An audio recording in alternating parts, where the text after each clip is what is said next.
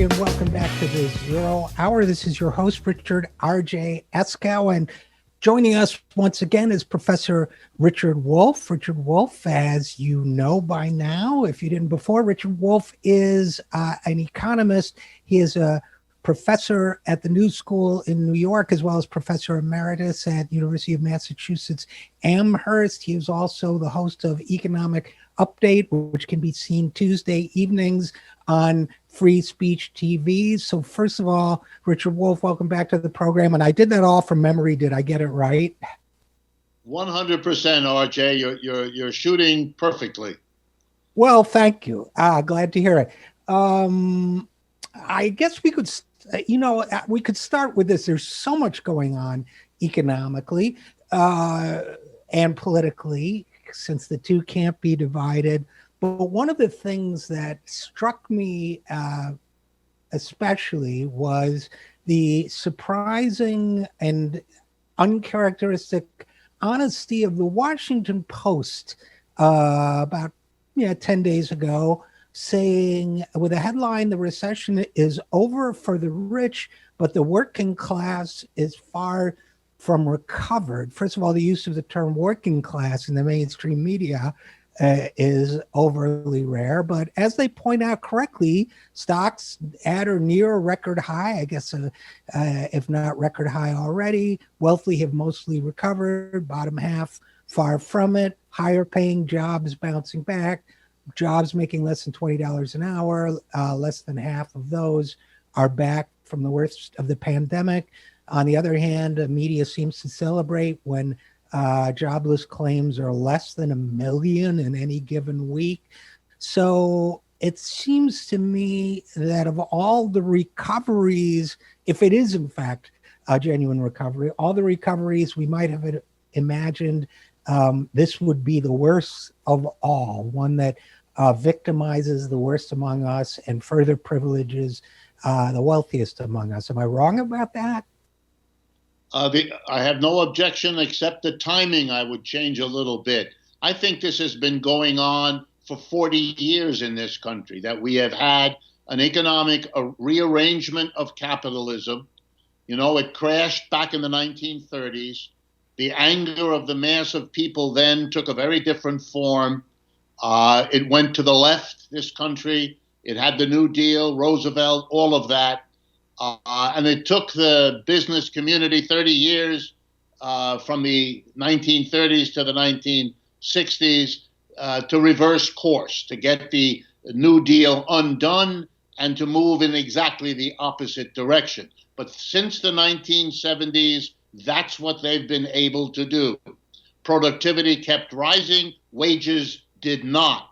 And in that difference, they made the working class have a harder and harder time. And the people who are employers or the direct employees of employers at the top of the order, they've done really well. And all you're seeing now, under the extreme conditions of the pandemic and of the associated history I just mentioned, you're now seeing it all clearly. I think that's what the Washington Post did. It's a little late, a decade or so. Everything that they said is going on now was also going on in the so-called Great Recession in 2008 and 9, and in the so-called and unreal recovery since then. And they're seeing it all replayed now, except the numbers are much, much larger. And by that, I mean the unemployment. By that, I mean the zooming stock market. And the summary of those two, growing, grotesque inequality. See, here's what baffles me about all this, Richard Wolff. And, I, like many of my, colleagues and allies, I'm new to this compared to someone like you, but I've been writing about this growing gulf and inequality for 15 years. And every people I know who aren't that political and some who are say, yeah, you're absolutely right. Something needs to be done. It keeps getting worse. Now it's just gotten grotesquely worse. If it wasn't grotesque enough before, everybody says, yeah, we really need to do something about it. and then nothing happens. And I keep going back to this point that I know you and I have discussed before. At what I feel like we're in the middle of this huge social experiment to find out the breaking point for a society and a system that exploits people like this. And I keep wondering when it's coming, and I don't. It hasn't. There are signs it might be coming, but I'm not sure it is, and I don't know what your thoughts are about that. Well, I also think it's coming, and I do see signs that say to me, we're on the last gasp, that we are not only seeing an absurdity, but it's the kind of absurdity that is a little bit, like it's darkest before the dawn. This is the level of absurdity that happens before a system crashes. And I mean that. And let me give you two examples. It was reported last week that Jeffrey Bezos is within striking distance of crossing a personal wealth of $200 billion. He's around 197, or numbers like that were thrown around. So at the same time that we have tens of millions of people unemployed with little or no prospect of a decent job ever again in their lives, but because, for example, older people are leaving the labor force in huge numbers over the last 2 or 3 years, and particularly the last 6 months. So at the same time that one man gets 200 billion, tens of millions of his fellow citizens are looking at financial disaster for the rest of their lives. I don't think in a country that once prided itself on the American dream and a large middle class, I don't think that's sustainable. And let me go out on a limb. If you look at what is happening in professional basketball sports, and yes, it's now spreading to other sports, you have an analogy, and I think it's powerful. For years, African American people have been telling us that they are unjustly treated by the police, and there's countless pieces of evidence to demonstrate that they're right. And they demand change, and they have been demanding change. But what you've seen in the last 2 or 3 days as a response to the latest outrage in Kenosha, Wisconsin, is the decision of LeBron James and a whole host of others to do what in the end we all know has to be done. Namely to say there will be no business as usual, no society as usual, because you have given us no other way to articulate our opposition to shooting our people, often in the back, as was the case apparently with Mr. Blake in Kenosha. And therefore, we will not continue to perform for you, to do business as usual with and for you. This has to be dealt with.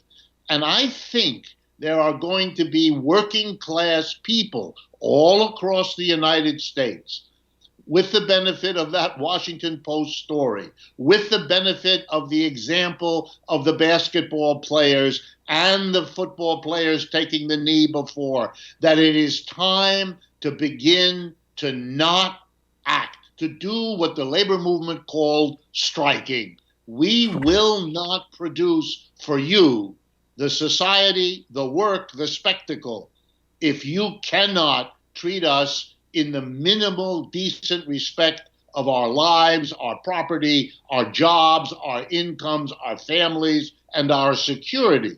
And I think you're seeing in the polarization of this country's politics, in the polarization of inequality, a stock market that keeps feeding on itself to ridiculous heights that even financiers worry about, the disconnect they discuss between the stock market and the so-called real economy, or the disconnect ideologically and politically. I don't know about you, RJ, but I watch the Republican and Democratic conventions as much as I can tolerate it, and I'm looking at total fantasy denial. These are spectacles of the sort we associate with ancient Rome when it was about to collapse. Spectacles designed to distract, to bemuse a population that wants to be distracted because somewhere it knows that the real world outside of these spectacles is becoming grimmer by the hour. So yeah, I think our days, our weeks, our months are numbered. I can't predict it, but this system is now beyond the tolerance level of the majority of the people in it. I do have to challenge you on one point, Richard Wolff, which is I think you did Please. something of a disservice to Roman spectacles there. I Okay. think they must have been considerably more entertaining than these conventions have been, with the exception of Kimberly Guilfoyle, who was extraordinarily strange. All that said, yes, I understand exactly what you're saying. And it seems to me, as somebody pointed out, and they were absolutely right, there was a kind of mordant humor in the fact that these athletes who have rightfully and righteously withheld their labor on behalf of a cause, that the press kept referring to their action as a boycott, which is a consumer process, as opposed to what it was, which, as you said it was, is a strike. They're well-paid workers, but they're still workers, and they withheld their labor to make a point, to fight for something. And the fact that our media and our politics no longer even has a word for that thing that people do when they won't do their job because they want something, shows you how far we have yet to go in rebuilding our understanding of labor power, and which gets me to the fact that. Let me interject, RJ, because I thought it was monumentally important that these athletes were not, they were striking, you're quite right, and it is a comment on our media that they can't keep the distinction between a boycott and a strike clear in their mind. I suspect that's because they haven't covered very many strikes, because we haven't had very many until this last year or so. But I would like to celebrate the basketball players in particular, because they did something beyond a strike. Their strike is not about getting paid more money. Right. It's not about changing their labor and work conditions. They are striking in the economy where they can to make a political point about how we organize security in this society, how we do it, for whom we provide it, for whom we do not provide it, and for whom we jeopardize it, et cetera, et cetera. That's another sign when the economic weapon that workers have to strike is part of how they make a political point. And the reason it's important is at the same time that the basketball players are using their economic power to make a political point, you see the reason why they have to do it. Because the two parties are having conventions whose entire purpose is to distract us from the fundamental problems that those basketball players are saying have to be addressed now. And there you see the beginning of what was called in earlier times dual power. The power that the political power that the working class has, which it is so hardly pressed to not use and to not even acknowledge, but it is now being used, being acknowledged. Why? Because the official organs of political power, the political parties, are irrelevant. And the working class, particularly its conscious people, like those basketball players, they are aware that now they have to act politically because the forms of political expression exclude them, deny them. That's when dual power begins to emerge, when the working class begins to develop its own organs of power because it cannot anymore be deluded into thinking it has any real influence on those two political parties that trade off who's going to sit in the top seat. So a couple thoughts about that. And again, we're talking with economist Richard Wolff.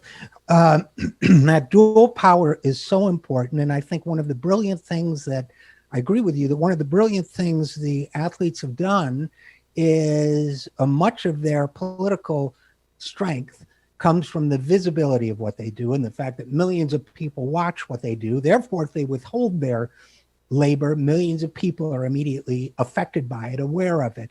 And that is a powerful tool for communication.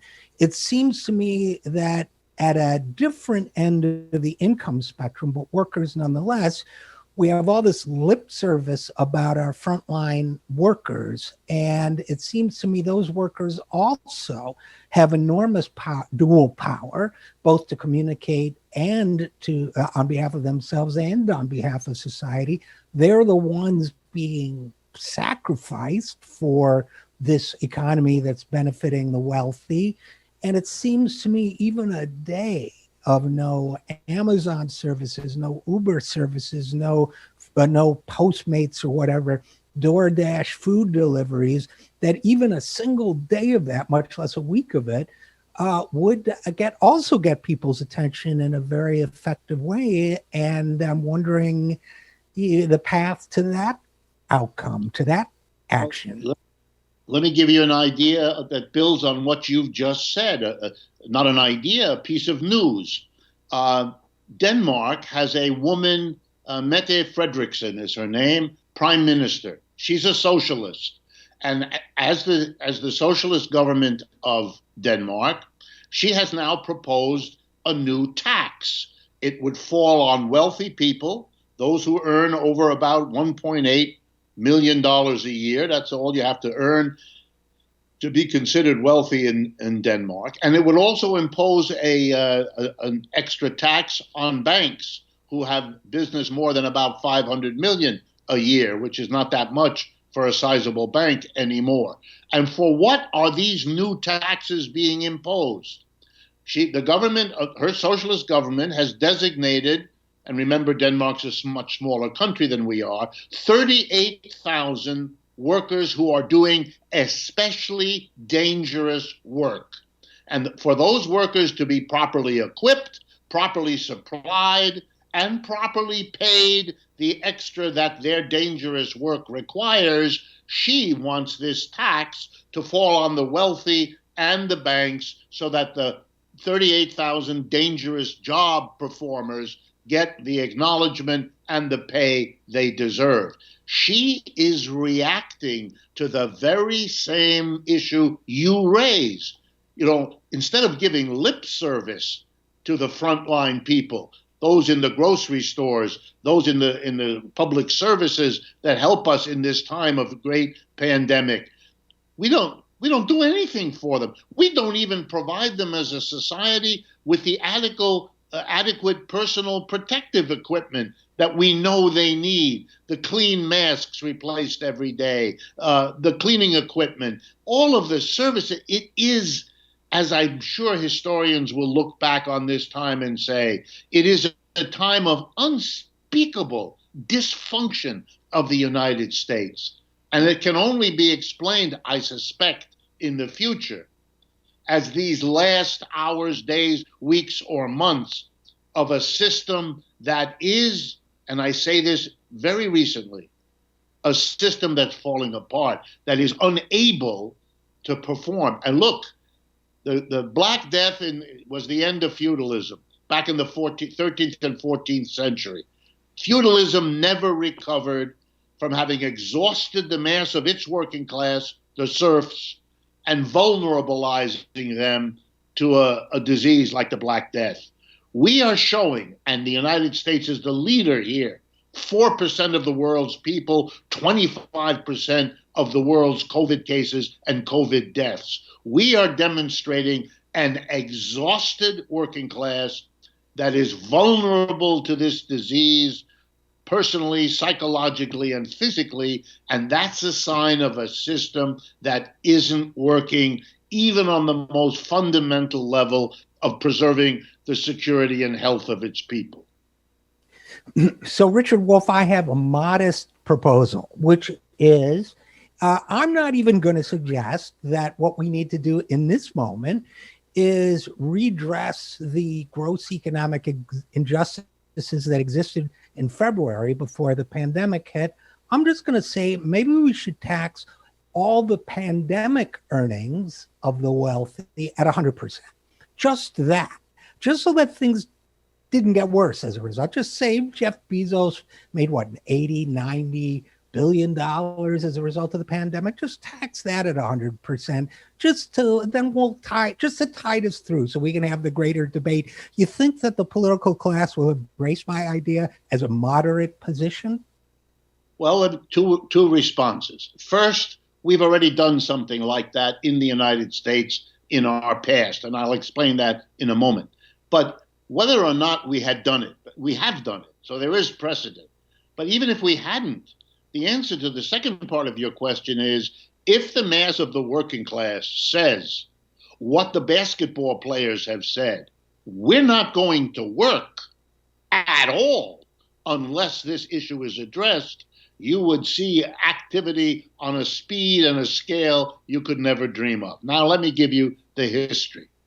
In World Wars I and II, the United States was under pressure from the mass of the people who said, wait a minute, we, the mass of the working class, are dying in the foxholes of Europe and the Far East during this war. We're giving our children, we're giving our lives.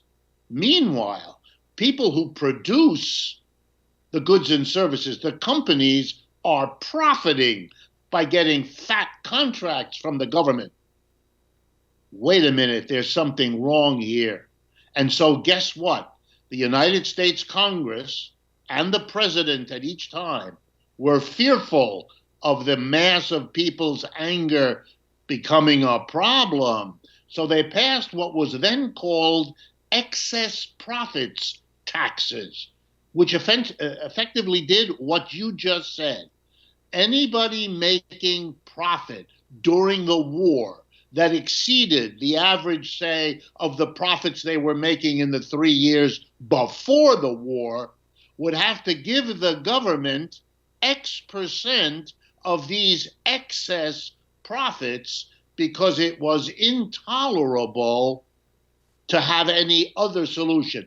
And the Congress passed those excess profits tax and collected them from the business, and that was the end of that.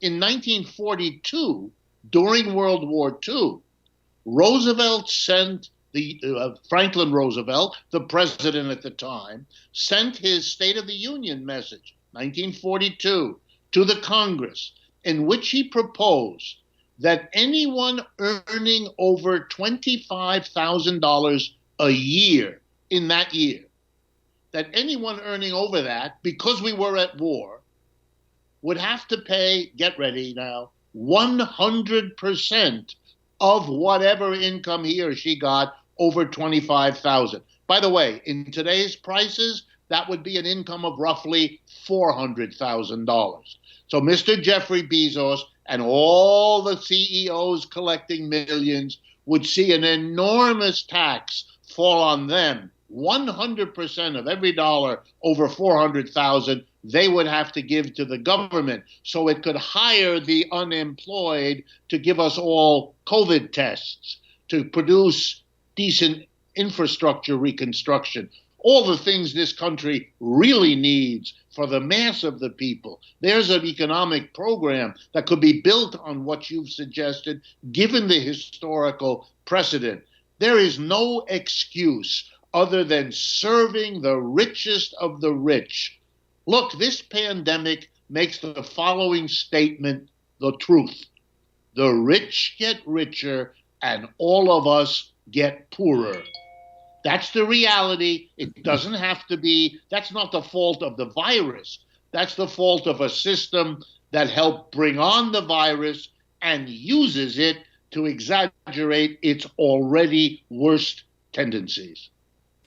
You know what I love about that suggestion, among other things, is these are the same people, this billionaire class, who's constantly lecturing the country on how it needs to live within its means and cut back government spending, they would scream, I can't live on $400,000 a year. Well, if you can't live on $400,000 a year, you got nothing to tell the rest of us about budgets and budgeting. But Richard Wolff, before I let you go, there is one statement that we record on Thursdays that was in the paper this morning from the head of the Federal Reserve about their action to basically hold interest rates steady. And this statement struck me. Maybe I'm mistaken in being struck by it, but he said, quote, of the action, it reflects our view that a robust job market can be sustained without causing an outbreak of inflation. I thought their assertion was always, and standard economics assertion was always the exact opposite, that if you have a strong job market, first of all, I don't know where he gets this robust job market from because I'm not seeing it. But secondly, haven't they always said you need a certain level of unemployment and worker misery in order to keep inflation under control? Did we just see a complete rejection of economic orthodoxy on the part of the Fed chair? Absolutely. That law, it's called a law. It's called the law, Phillips Law, named after an economist named Phillips. It used to be called the Phillips curve, this trade-off. If you don't want inflation, the price is you have to have unemployment and vice versa. And yes, he simply announced, well, that one more law out the window. What people should understand about Jay Powell's statement that you quoted is that it's a sign of desperation. The Federal Reserve understands that the political class in this country, Mr. Trump and the Republicans on the one hand, Mr. Biden and the Democrats on the other, are not about to hire the unemployed and put them back to work, which would be the only way to get this robust labor market that he made up in his speech. It would have to be governmental employment the way we did in the 1930s. The Republicans are not doing it, obviously, and Mr. Biden's proposal to spend $300 billion is a laughable inadequacy to get such a thing done. So the Federal Reserve then realizes we're going to have massive unemployment for a long time, and that they know is dangerous. So what are they doing? They're going to flood the economy with money. They're going to charge virtually nothing for any of the big banks and corporations to borrow it. They're pumping much more money into the economy. And if that leads to rising prices, they don't care anymore because the cost of unemployment is so politically unbearable anymore that they've opted to risk an inflation problem because they hope it'll be less awful than the unemployment problem. What that means for the working class is yet more savagery, because my guess is that the money that they pour in now, like the money they've been pouring in, will go into an inflation in the stock market, which is the only way the stocks have gone up in the last 6 months or in the years before. So it won't work. Meanwhile, the rest of us, already having trouble making ends meet, will discover that prices are going up, because that's what the Federal Reserve policy implies, and so we're going to have an even harder time. This is the savaging of a working class at the last stages of a system that cannot work anymore. I wish I could stay with you. We'll resume the conversation, but today I do have to go. My apologies. I do understand. Thanks so much, as always, for joining us, and we look forward to the next time. Me too. Thank you, RJ. And we'll be right back after this. I'm Richard RJ Eskow, and you're listening to The Zero Hour.